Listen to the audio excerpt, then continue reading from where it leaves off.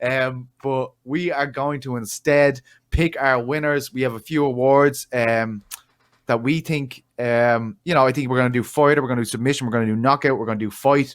And then we have a projection, an end of year special. My calls was hot. So we'll have our awards first, and then we'll get on to my calls was hot. So bear with us here. Fight Island is a real thing. It's really happening. Fight Island is real. It's a real thing. It's really happening. Fight Island is real. Fight Island's real. It was real. It was real. It is. I mean, it's still Fight Island. Fight Island is back in January, baby. That's true. Again, kind of loses the novelty after a while when it isn't an island. Yeah, they're still. It was the best. It was the best false advertising promotion of all time. Could you actually sue them for that? We might as well try now. Fucking might make a few quid off it anyway, because it wasn't like it's not an island. Like, they're lying. It's bullshit. I don't think Elwani has called it Fight Island yet. He's so pissed off about that. Like, get over it, mate. You know what I mean? It's happening. They're fucking liars. Like, they lied to us. They sold us wolf tickets. Well, shocker. Right, well, we kick off with Fight of the Year, Niall. There is a few fights that I'd like to mention. I thought we mentioned it earlier. Petr Yan v Jose Aldo was absolutely outrageous. One of the most so enjoyable to see Aldo still mixing at the top of a new division like that against Petr Yan, a guy who I've been singing his praises ever since his AZB days. Another one we mentioned earlier was Felder and Dan Hooker in New Zealand. And I think that's even becomes more special now because of the crowd, and it was so fucking wild. And then that was February, so the next month everything was shut down. We had, of course, recently Davison Figueiredo and Brandon Moreno, which is an absolutely brilliant fight. Who I'm sure a lot of people will pick that as their fight of the year. But for me, and I think you agree with me, I'm not too sure. Weili Zhang v Joanna Jędrzejczyk for me is the fight of the year. Absolutely phenomenal. One of the greatest wars of attrition I've ever seen. Yeah. And like Moreno and Figueiredo, right up in the air at the end. Joanna with this huge swollen head at the end of the fight. It was just one of the most iconic pictures I've ever seen in my life from a fight. She's a true warrior. And I feel like, this was one of those things that anyone on the fence about women's MMA, watch that fight and come back and talk to me. Give me your argument after that, because everything. We saw sportsmanship. We saw toughness. We saw such a high level of skill. And look, I still think Joanna won. I'm sorry. Call it European bias. I agree. But absolutely amazing fight. I loved it. But I totally agree with you. And I do. And we spoke about this even sort of last week, Pete, in terms of what fight we were sort of considering to be our fight of the year. And I think the major reason why you look at this fight and you take it above any other fight is the level of skill. It took, just the technical ability from both ladies. It took women's mixed martial arts to that very elite level. And it was showcased from both athletes on either side that I don't think we've seen before in terms of, that just all-round incredible skill, technical ability to match anyone on the planet. And you figure in, you throw in the war, you throw in what happened, just the reckless abandon both ladies shown in terms of, we saw, you talked about Joanna's injury there and how swollen her face was. She just left everything in there, and so did Weili Zhang, and it was just a stunning fight from start to finish. And like, what more can you say, man? And I think, we had Joanna on the show, and there was whispers she was going to retire after, but thankfully she's not, because not a whisper out of her, I'll tell you that much. She didn't bite into that at all. She's just an incredible athlete and someone very, very important to women's mixed martial arts. And I just think European MMA. Yeah, I don't think she gets enough credit. She's literally one of the greatest fighters this continent has ever produced. She's there with Bisping, McGregor, all of those guys. She's absolutely brilliant, and what a character. I can't wait to see when she comes back. Does she fight anyone but Weili Zhang when she comes back? It's going to be a brilliant thing to see. I think they have to, and I think it's great that she took the time out, because that, that injury looked really, didn't look good at the time, and head injuries obviously a big thing in mixed martial arts. And I'm glad she's taken a prolonged period of time out. And we often say that, we talked about Gregor Gillespie a number of weeks ago. It's good to see, it's sensible. But I think, you know, Joanna is like the female version of Conor McGregor now. It's only big fights for Joanna, and you know, for me, it only is that title, and I don't think she should have to look outside anything else but the title after a performance like that and a fight like that we've seen for the ages. And listen, in my opinion, it's top 2 for greatest fights of all time, alongside Robbie Lawler and Rory McDonald. Well, yeah, that's how highly I think. Congratulations, Wiley and Joanna. I'm sure this is a big honor for you. The next award will be given out, the Bashies submission of the year. For me, it is Khabib Nurmagomedov over Justin Gaethje, and it's just such a unbelievable skill shown to get this submission. He's in top position. He sacrifices top position off the confidence of knowing that the triangle is locked in. If you're doing like that, that is a wild thing to do. You know, a guy like Khabib dominates from top position. When you're going for an armbar triangle, anything like that, where you kind of might end up on your back, there is the chance that the other guy gets out and beats the shit out of you. Like that it happens a lot in the UFC. The confidence Khabib has, this textbook mounted triangle, rolls to his back to finish it, even comes around and hooks the leg. These are things you're taught your very first time of doing a triangle, and to think like a guy of this experience still has all these little details there. It's a textbook triangle, one of the classic submissions, and against a guy like Gaethje, who people thought would be his, you know, ultimate foe in terms of his grappling background. Khabib made shite of him, and the triangle was just absolutely beautiful. And then, of course, as you said, the magnitude, his father passing, he then retires. One of the greatest fighters we've ever seen in the sport.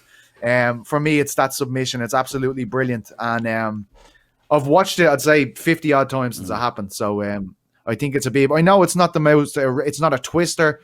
It's not something wild, but it's just a beautiful, beautiful piece of skill from Khabib, as far as I'm concerned. I think, you know, you've probably changed my mind here, and I'm probably going to agree with you, because I think what a lot of people are going to do is they're going to look at the visual aspect and see and take that on board as their favorite submission of the year. And I do agree with you. I think if you figure everything into consideration, if you take it, obviously his dad's gone into that fight camp, we weren't sure what we were going to see from Khabib. It was the unknown.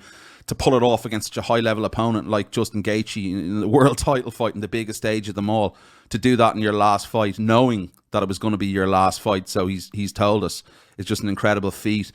And you know, you can obviously, there's honorable mentions, I think, for, you know, Charles Oliveira against Kevin Lee as well. You had, you know, Brian Kelleher against Osborne, that I think was 16 seconds, where he sort of cradled into him and pulled the guillotine on. That was an unbelievable submission. But yeah, I'm going to agree with you this one, Pete. And you sort of changed my mind last minute, considering what Khabib has done for the sport over the last number of years. I think it was probably more, what's the word I'm looking for here? It's probably hasn't got enough credit for what it actually was and what it meant to Khabib and the sport of mixed martial arts, what he did there a couple of months ago. So yeah, I'm going to go along with you on that one. Yeah, and it's his dad's favourite submission as well. You remember earlier in the round he was going for the triangle armbar. So it's basically a variation. You're either going to hit the armbar or you're going to hit the triangle. Obviously finish with the triangle, but just to think of all these things that are going on. I remember Daniel Cormier said that he didn't want to knock Gaethje out in front of his parents either. Like, look, that might be unbelievable, but I kind of want to believe it. All right, let me have it. Like, you know, this guy, what a storied career. We never know if we'll see him again. And really, that is the best way to go out. If he does leave and he doesn't come back, hard to argue with that. You know? Yeah, no, I totally agree with you. I think it's a good call and a fair call. And as we said, you know, Justin Gaethje as well, you know, people thought that he might use his wrestling in that fight, and there wasn't a bit of it. He couldn't do anything. He was just like, he got him to the ground, submitted him, made it look easy, and it certainly wasn't easy. And that's what I think we have to forget. There's levels in this game, and you know, these two guys are at the very height of mixed martial arts on the world stage. So yeah, incredible performance from Khabib in that fight. Knockout of the year, what you got, McGrath? Again, you know, I just think we have to go with Joaquin Buckley, Peter Carroll, man, because right, it's just what he's done there. Right, you see that attempted hundreds and hundreds of times, and you never see it completed like it was that night, and as flush as he hit that night. He's probably done that in training hundreds of times and landed it, but it's never translated into a fight as hard as that. I don't think you're allowed to land that type of kick and training. Well, well, exactly. Yeah, you probably kill someone. Like, stupid comment. But, you know, you see guys try things like that the whole time, and just to do that, and I still can't even. I'm still just sort of going when I watch it. I watch it a few times. I'm still going, fuck. And you hear the thud, and you hear what Felder says. It was just sensational. That's a once in a lifetime type knockout. And like, you know, as much as I love Cody Garbrandt and what he did against Half Ellis and say drop the head and swing that right hook and knock him out right in the buzzer on the bell, I just have to go with that, man. Because it was just, it's something we probably won't even see again for another 20, 30 years if we're lucky. One of those once in a lifetime kind of knockouts. And it just has to be that for me. There's obviously honourable mentions, as I mentioned there, in terms of, you know, Cody Garbrandt against Askham as well. I have that written down here. As I said, Kalalov's head kick against Askham was sensational as well. I think, what was that, 2-3 months ago in KSW? There was obviously a huge amount, but that one stands out. And we obviously had fighting last weekend. Who? What's his name? Yeah, his knockout. Joseph Benavidez. Joe Benavidez as well was a memorable one for me. But yeah, I just got to go with that, man. What's yours? What have you got? Yeah, same. And you kind of said it about Felder there. You can kind of see it like when fighters are talking about this, how outrageous it is. You know, to counter Impa Castagnoli, catching your kick with that is just absolutely outrageous. I don't think we'll ever see it again. That type of kick landed. And you have to look at Impa as well. He's an undefeated guy going in against Joaquin Buckley. He's coming off his UFC debut, and a lot of people think this guy is an immediate threat. And then this other prospect, a guy with a couple of losses on his record, does that. He's since gone on to beat Jordan Wright, who is another undefeated prospect. I just feel like everything about this, the cultural awareness that everyone had at this knockout. Kanye West used it in the video of his song launch on social media. Like, I mean, that's just shit that doesn't happen every day. Yeah, look at the views the UFC made on that. Like, they made serious. They're going to make money from years to come off that knockout, and that was the big topic that was brought out.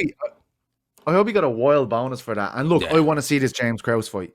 Put him in there with James Krause. James Krause is doing a great job of selling it. Don't feel bad. Just make it happen. We all want to see what happens there. That's a great fight. But yeah, congratulations. That's a life-changing moment for you, sir. Yeah. First Kanye West, now the Bash. Huh? Jesus. What a year. Some people have had a great year, haven't they? We'll finish off with our fighter of the year. Niall, I've got two here, and I'm willing to be swayed either way. Kevin Holland for me, 5-0 in a calendar year, absolutely outrageous. I know people have fought 5 times in a calendar year before, but to win all of them, and even he got a win over Joaquin Buckley, the guy who won the knockout of the year, or Davis and Figueiredo. I know he drew his last fight, but for me, after Cejudo vacated the flyweight title, I think it was in December 2019, he went on to obviously defend his bantamweight title. The division was completely up in the air. I think right now, it's in the best place it's been in a long, long time. And a lot of that is to do with Figueiredo. He's a real personality. He has a fantastic arsenal. He can knock people out. He can submit people. He dresses very uniquely. We had the bag of cash moment with Dana White. He used to be a sushi chef. You know, it's he has an outrageous kind of background. And I feel as though he has revived that division into a place where people are genuinely looking forward to seeing the flyweight title fights. They're interested in what's happening lower in the bracket to see who he could be possibly fighting next. I think the guy is a true superstar, and he's lit up 125 pounds. And even Dana, you can tell, is completely enamored by this guy in a way that he never was with Demetrius Johnson, who was arguably the best fighter in the world while he was in the UFC. So the more I talk about it, the more I'm going for Figgy Smalls, I have to say. Yeah, no, like, I agree with you. I think it's been an incredible feat what he's done this year. You know, you look at the Joe Ben fight, as we mentioned a couple of minutes ago, and you look at the Moreno fight, just obviously a contender for fight of the year as well. Just some incredible performances, and I love his personality. I love the way he's brash, he's arrogant. You know, the clobber he wears in the interviews, what he says. There's no messing around with the guy. He's very, very straight up, and it's great to see the UFC put a little faith in this division once again, because they made some hames of it back a number of years ago. So it's great to see it back, and it looks like I think we need someone like Davison Figueiredo to go on that run and, you know, be the Figueiredo and be the poster boy of the division. I think he's done that really, really well this year. But PT, I just can't get away for me, and we're going to disagree on this one. I just can't get away from what Do Bronx has done this year, and I know it's only 2 fights. But it's just in the manner, and we've talked about magnitude a lot this week, and the magnitude and the manner in which he put away Kevin Lee and Tony Ferguson this year, and especially Tony Ferguson, just utter domination for me. I scored the fight 30-26, 3-10-8 rounds. I was just blown away by it, and to have such a resurgence from a guy who's fought everyone, from such a young early age. People wrote him off when he lost to Paul Felder 8 fights ago. He's bounced back on an 8-fight win streak, and to do it and put himself right in that title picture, for me, you know, I think if Khabib is retired, he fights the winner of Conor McGregor and Dustin Poirier. I'm going to go with Charles Do Bronx here. I think it's been a sensational turnaround and really topped it off there last month with that unbelievable performance over Tony Ferguson. And I think it's testament to the guy, 30 years of age. He's been there, done that, fought everyone, never ducked anyone. So there's my shout for fight of the year. It's a little bit out of left field, and obviously honourable mentions as well to Figgy and Kevin Holland as well. 5 wins on the bounce in a calendar year. Incredible performance against Jacare. But for me, it's Do Bronx, and I'm expecting big things from him in 2021. Yeah, I think I think you're right. I think he's had an incredible year, but I just don't think it's the same as what Figgy's done, to be honest. And that's why I'm picking Figgy over Kevin Holland, because the whole division rested on his shoulders as far as I was concerned, and he saved it. And Moreno as well, to be fair, has had a big part in that from that last fight. But just everything he's done, except the Moreno on a month's notice, it's for me, it's just outrageous stuff. But we'll have to agree to disagree. I wouldn't listen. I wouldn't argue any of those 3 guys. I wouldn't begrudge any of those 3 guys from getting fighter of the year, because they've all done sensational things, in my opinion. Absolutely. I think they probably will be popping up in a lot of people's selections as well. But right, we have some predictions to make. As there are no fights this year, for my calls is hot this weekend, we're going to go through every division in the UFC and try to predict who will be the champion of each division by this time next year. But for our last show of the year in 2021, we'll go back over these and see how right or wrong we are, which will obviously be very embarrassing, let's say, for both of us. I would imagine so. But, hello, guys. If you want to hear more of The Bash, you can subscribe to us on all our wonderful channels on iTunes, Spotify, YouTube, and all that other shit. And click the links below. Click the links below. The notification button. It comes straight to your phone if we've any fresh content. And also hit the subscribe button. It does help. You're some plonker. It's very serious.